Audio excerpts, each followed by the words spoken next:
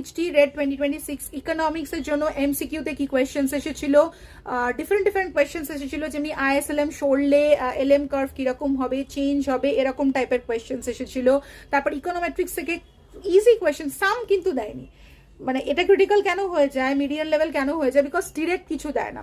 হ্যাঁ র্যাঙ্ক ছিল, সেটাও ছিল, মানে ইজি কোয়েশ্চেন থাকবে, যেমন একটা কোয়েশ্চেন পেপারে কি থাকে, কিছু ইজি থাকবে, কিছু মিডল থাকবে, কিছু টাফ থাকবে, তো এটাতেও তেমনি হয়, কিন্তু ভেতর থেকে থাকবে, তাই তোমাকে সব কিছু করতে হবে।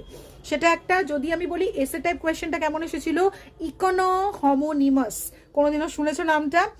সেটার উপরে একটা ছোট্ট এসে এসেছিল, সেটা ডিপেন্ডেন্ট 3টে কোয়েশ্চেন্স এসেছিল, তার মধ্যে একটা ছিল অ্যাপ্লিকেশন বেসড। আর কিরকম কোয়েশ্চেন্স এসেছিল, এগ্রিকালচার, মানে ধরো তুমি যদি এসে টাইপ লেখো তাহলে এগ্রিকালচার একটা কোয়েশ্চেন এসেছিল, ইন্ডাস্ট্রির একটা কোয়েশ্চেন এসেছিল, মানে ইন্ডিয়ান ইকোনমি থেকে একটা পার্ট সেপারেট ছিল, আর ইকোনমিক গ্রোথ অ্যান্ড ডেভেলপমেন্ট থেকে একটা আলাদা পার্ট ছিল। তো ইন্ডিয়ান ইকোনমিতে যেটা ছিল সেটার মধ্যে তোমার একটা 3টে কোয়েশ্চেন ছিল, এগ্রিকালচার, ম্যানুফ্যাকচারিং আর অন্টারপ্রিনারশিপ, আর হচ্ছে কোভিডের সময় কিরকম ভাবে হয়েছিল। তো এই টাইপ অফ কোয়েশ্চেন্স তুমি এক্সপেক্ট করতে পারো যদি তুমি ভাবছো সিইউ রেটের জন্য পরের বার বসবে।